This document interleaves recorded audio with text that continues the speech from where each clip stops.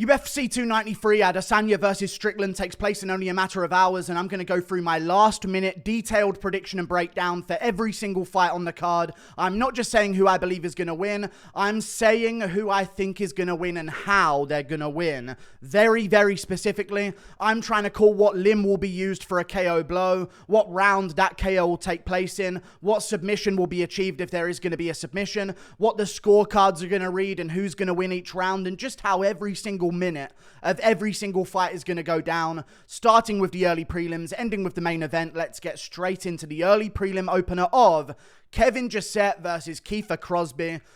I'm going to go with Jousset, and I think he's actually going to win this one by KO over Keifer Crosbie. I'm going to say that Jousset's going to get a body kick KO over Keifer Crosbie. I think Crosby's going to be the one that's willing to take down Jousset. I think he might try to early on after some early exchanges on the feet where they're both throwing punches. Maybe he ends up pushing Jousset up against a cage, trying to work some takedowns, but Jousset escapes, lands some knees to the body and some big shots on the break. They separate. Jousset's doing a bit better at range, starting to get his jab going on Crosbie. Crosbie lands a couple of big shots over the top, couple overhands, starts chopping at the legs of Jousset. Then Jousset starts chopping the legs back, starts winning the leg kick battle, and I think he's going to start finding that body kick towards the end of round 2 as Keifer Crosbie starts to raise his hands and worry about the jab or the 1-2 of Jousset. I think the body kick's going to find its way underneath, land on the liver of Keifer Crosbie, put him down in round 1. Jousset gets a first round TKO with a body kick. We move on. Up the card, Jung versus Gabriel Miranda. I'm going to go with Gabriel Miranda, and I'm going to go with a 29-28 dull decision where Gabriel Miranda's sort of like cruising on the back. Round 1, I think they're going to be a bit even on the feet. Jung's going to maybe be landing more, but Gabriel Miranda's going to be landing the better shots out of the two of them. I think towards the end of round 1, we're going to see Gabriel Miranda get a takedown on Jung out of nowhere and maybe secure like a decent half guard position on top against a cage, land some little total strikes and ground and pound, posture up towards the last few seconds. He wins the first round because of it. I'm actually going to go 30-27 here. I think Jung is going to get his back taken in round 2. And I think he's going to get his back taken in round 3. Now, he may escape those positions, or maybe he survives those positions, but I think it's just going to be too little too late. He's not doing enough damage. Gabriel Miranda's on the back for way too long in those rounds, fighting for rear naked chokes. Maybe the crowd starts getting behind Jung as he escapes a couple of them as well, but Gabriel Miranda's going to win that fight by decision. We move on. Up the card, Makdessi, Blood Diamond versus Charles Radtke. I'm going to go with Charles Radtke first round arm triangle submission over Makdessi here. I think they're both going to be striking on the feet. I think Blood Diamond's going to be trying to catch him with like a head kick or maybe more of a wild technique on the feet compared to what Radtke's going for. Radtke might just trying to be chopping at the calf, maybe go to the head with a jab and a 1-2. And we're going to see Makdessi start to get a little bit more needy to land certain shots. He's going to want to land them, throw body kicks, throw head kicks, try and get loose on the feet, try and fight like he's not worried about the takedown, I think is going to be the story of this fight. And then the takedown's going to happen. Charles Radtke's going to get straight into half guard, land some shots. I think Makdessi, he makes a lot of mistakes in the way that he tries to get back up. He tries to bridge into his opponent, just burst back to his feet with explosiveness. And I think in this process, there's going to be a scramble. It looks like maybe he's going to get up, but then they settle back down on the ground into a bad position for Makdessi. And Charles Radtke passes over for the arm triangle, taps out Blood Diamond at the end of round 1. We move on. Up the card to the prelims, Nasrat Haqparast versus Landon Quinones. I'm going to go with Nasrat Haqparast. I'm trying to think how he's going to do it. I reckon I'm going to go with him by third round TKO. I think there's just going to be too many of his 1-2s landing on Landon Quinones. Landon Quinones is going to be throwing wild shots, trying to be technical early on, but I think he's going to lose that technical battle to Nasrat Haqparast in the first round. Nasrat's going to be landing 1-2s, sticking his jab out there, moving really well, couple of leg kicks here and there as well. Quinones is then going to start mixing up a little bit in round 2, looking for body kicks, looking for leg kicks, looking for head kicks, but I think this is going to wear him out a little bit. I think he's going to try too hard to land a good shot because he's not winning the technical battle, and I think Nasrat's going to start to pick up the volume at the end of round 2, start to tag Landon Quinones up against a cage, land big shots on him, 1-2, 1-2, body shot, start to mix up the combinations. Landon's starting to break. Coach is giving him the all-or-nothing speech in the third round, and Nasrat takes it easy early. Landon has a crazy moment, a burst of energy for the first minute of the third, tries to go for Nasrat Haqparast, but Nasrat stays calm, stays composed, sticks the jab out there again, starts working him against the cage, and finishes him with a 1-2 to the head, body shot, crumples him to the ground. Nasrat gets a third round TKO. We move on. Up the card, Jamie Mullarkey versus John Makdessi. I'm going to go with Jamie Mullarkey by TKO. I'm seeing a lot of finishes here early on the card. I'm going to go Jamie Mullarkey by TKO. I think it's going to be a hesitant first round. John Makdessi is going to be landing good shots for the first 2.5 minutes, but they're not going to be doing anything to Jamie Mullarkey, and Mullarkey's going to start to land some big shots on John Makdessi, back him up against a cage, go for a big swarm on him, but Makdessi's going to clinch and survive and shoot a takedown to make Mullarkey work to defend it and then separate and get back to space in the center of the octagon. So I think there's going to be a lot of those moments where Makdessi's kind of doing good at range on the feet, even though he's got a reach advantage, and then Mullarkey's going to have his moment up against a cage, but Makdessi's going to survive and escape. Then I think Mullarkey's going to have a better time in round 2, sticking John Makdessi to the cage. And this is going to be the detriment of Makdessi. I think, again, on the feet, now Jamie Mullarkey's going to be landing some better shots. He might tag Makdessi on the feet, land some good shots on him. Makdessi starts to back up and give a bit too much respect. Mullarkey starts to track him down. He's going to be too big, too strong, land some good shots on the break. And this time, when John Makdessi's up against a cage looking for a clinch or a takedown, Mullarkey's going to stuff it and start ripping knees to the body in the clinch, which are very underrated weapons of his. And I think he's going to hurt Makdessi to the body with a knee up against a cage and finish him off by TKO in round 2. We move on. Up the card, Jack Jenkins versus Chepe Mariscal. I'm going to go with Jack Jenkins by 29-28 decision here. I think Chepe Mariscal's going to have a good third round. Let me drink because my mouth is beyond dry. Here we go. Jack Jenkins, Chepe Mariscal. Mariscal's going to be trying to sort of goad Jack Jenkins into a bit of a firefight. But I think Jack Jenkins is going to be a little bit too technical for him. Landing good shots at range, leg kicks, body shots, body kicks in general. Whenever they clinch up, I think Mariscal might look for punches in the clinch. But Jenkins is going to be landing nice Muay Thai knees in the clinch to the body. And you can start to see that effect on Chepe Mariscal.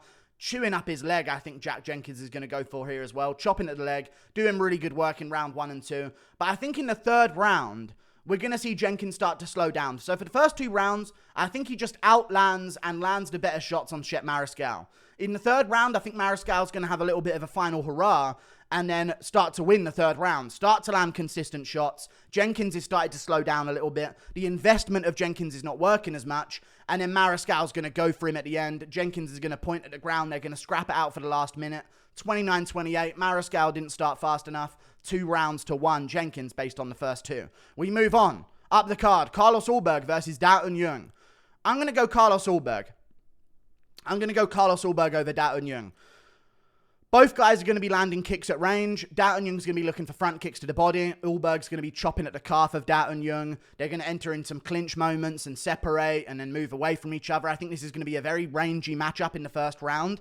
I think both are going to start to land some good shots on each other. Maybe Jung eventually lands a decent punch back on the face of Ulberg and starts sort of smiling at him and mocking him a bit and trying to track him down, doing some goofy footwork. And I think as he comes in and starts to build confidence, we're going to see Ulberg on the back foot, tag him with a check hook, finish him off on the ground, and put him away by first round TKO. Pretty easy one to score there. We move on. Up the card, Tyson Pedro versus Anton Turkalj. I'm going to go Tyson Pedro, second round Kimura over Anton Turkalj. First round, I think both guys are going to be landing kicks at range. Maybe Turkalj lands some good punches on the feet, but Pedro's landing some really good ones back. Pedro's landing a good front kick to the body, chopping at the legs. He's starting to win the leg kick battle in the first round. I think he'll start to land some punches to the body as well. Neither body, they might end up in the clinch towards the end of round 1 by Anton Turkalj, kind of forcing that position. Maybe Anton Turkalj is going to get the back position up against the cage towards the end of round 1, drag down Pedro for a second, and I think that moment is going to give Turkalj a lot of confidence to go for the grappling in round 2, and I think that's going to be his detriment. So I reckon we're going to see a situation where they're both landing good shots on the feet in round 2. Pedro starts to get the better of it. Anton shoots for a takedown, gets the takedown on Pedro. Pedro sort of gets butterfly guard, kips up, ends up in a good position on top, reverses position on Anton Turkalj, and starts working for that Kimura, knee on belly, starts getting over the top of him, puts the leg over the head of Turkalj, and cranks that Kimura on him. So I'm going to go Kimura finish by Pedro in round 2. We move on up the card. Justin Tafa versus Austen Lane. I'm going to go Austen Lane round 1 KO as an upset over Justin Tafa. I think he moves a lot better than Tafa, and I think Tafa's a little bit too obvious when he makes his engage. I actually can see Austen Lane tagging him with a hook or a straight punch as he tries to close the distance on him, and I think he's going to put Justin Tafa away. So I think it's going to start very similar to their first fight. Lane's going to chew at the legs. He's going to land some big body kicks and push off afterwards. Maybe Tafa's going to complain to the ref that there's a chance of an eye poke there because that's what he was doing last time. But then I think Austen Lane's actually going to tag a Tafa that's coming in, loading up, looking for a big shot when Lane's up against a cage, land some big shots afterwards, and Tafa's trying to recover, but there's just too many unanswered blows, and I think Lane's going to get a first round TKO. We move on. Up the card, Manel Kape versus Felipe dos Santos. I'm going to go with Manel Kape by 3rd round TKO over Felipe dos Santos. I don't think he's going to get it done early. I think he'll land some good shots early, but I think Felipe dos Santos is going to give him some things to worry about in the grappling especially. He's going to be game on the feet. Kape's going to be winning this fight at range in the 1st round.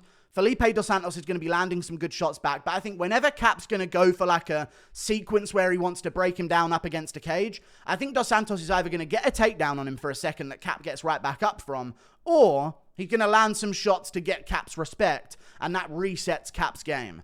But as the fight goes on, I think there's only so much that Felipe is going to be able to do on short notice. 2nd round, it's going to get a little bit worse for him, but he's staying in there. Maybe he gets the back for a second on Kape, and the crowd starts going crazy. They hate Kape. Kape escapes it, ends up on top, lands some big shots to the body and head towards the end of round 2. Round 3, I think dos Santos is going to be slowing down, and by this time, whenever Kape gets him up against a cage, I think he finishes him with combinations. We move on to the co-main event. Tuivasa versus Alexander Volkov. I'm going to go with Alexander Volkov. Front kick TKO to the body over Tuivasa. And I think he's going to do it in round 2. Is what I'm going to go with here. I think Tuivasa is going to be looking for his low kicks early on. I think Volkov is going to use his teep off his lead leg to counteract those low kicks of Tuivasa. So I think he's either going to move out of the way of that low kick, or he's going to just lift that lead leg up and teep to the body of Tuivasa while he's on one leg. And this is going to make Tuivasa stumble back a bit. I think both guys are going to land good shots. Tuivasa might have a moment where he's swinging like crazy and the crowd's going bonkers, but Volkov keeps a very tight guard, hunches over well, covers up very well as well. And I think he's going to land some good shots on the inside. Uppercut, right hook on Tuivasa, stumble Tuivasa back a bit, start looking for a bit, being patient. Tuivasa comes swinging back. They have a decent round, but I think at the end of the day, Tuivasa is going to be open when he gets hit by Volkov, and Volkov's going to be hunched up, tucked away, and just a bit too tall, and a lot of Tuivasa's shots might land on the shoulder, not connect as cleanly as he wants them to. So I think round 1's going to go to Volkov slightly, and he's going to land a lot of those front kicks to the body and teeps to the body. Round 2, very patient round. Tuivasa looking for that calf kick again. Volkov starts to land his front kick quite a bit to the body. He starts to bring it upstairs. He starts to throw some head kicks and some body kicks, round kicks to the body. And I think eventually Tuivasa is going to be trying to move around, slowing down a bit, heavy breathing. He's feeling it to the stomach. And then boom, big front kick to the body from Volkov. Tuivasa covers up, starts covering up against the cage. Volkov's teeing off on him. He swings back a little bit, has a final hurrah, but Volkov front kicks him to the body again, knees him to the body against the cage, knees him to the head. Down goes Tuivasa, big follow-up shots. Volkov round 2 TKO. We move on to the main event. Israel Adesanya versus Sean Strickland.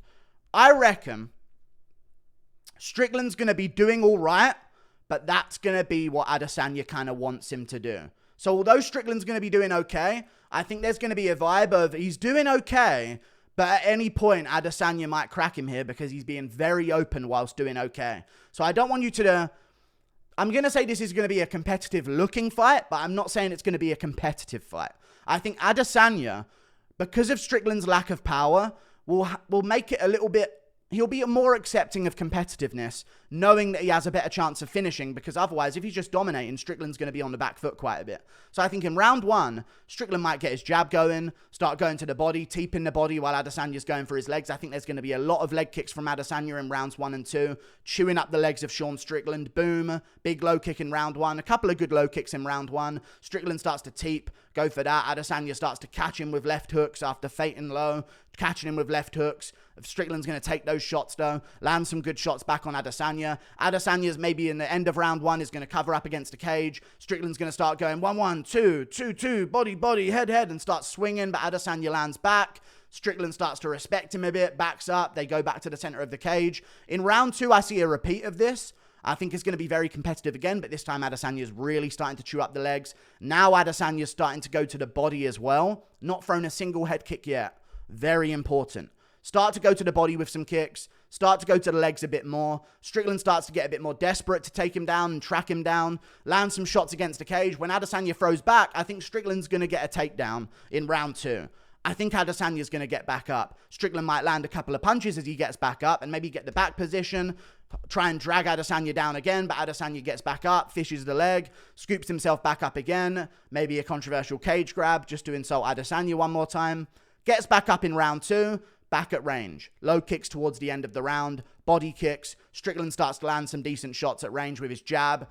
Pops back the head of Adesanya a few times, but Adesanya's really chewing up the leg now. Round 3, starts really slow. Strickland starts to walk him down again. Adesanya's chewing up the leg, landing good body kicks. You're seeing Strickland react and start to try and catch the body kick to try and get down Adesanya. He might shoot a takedown against the cage in that round. Adesanya's going to stuff it though, separate, knee to the body and move. Land a shot on the break on Strickland, who recovers and gets back to his form. More low kicks from Adesanya. Strickland starting to parry, trying to catch the body kick, trying to catch the low kick.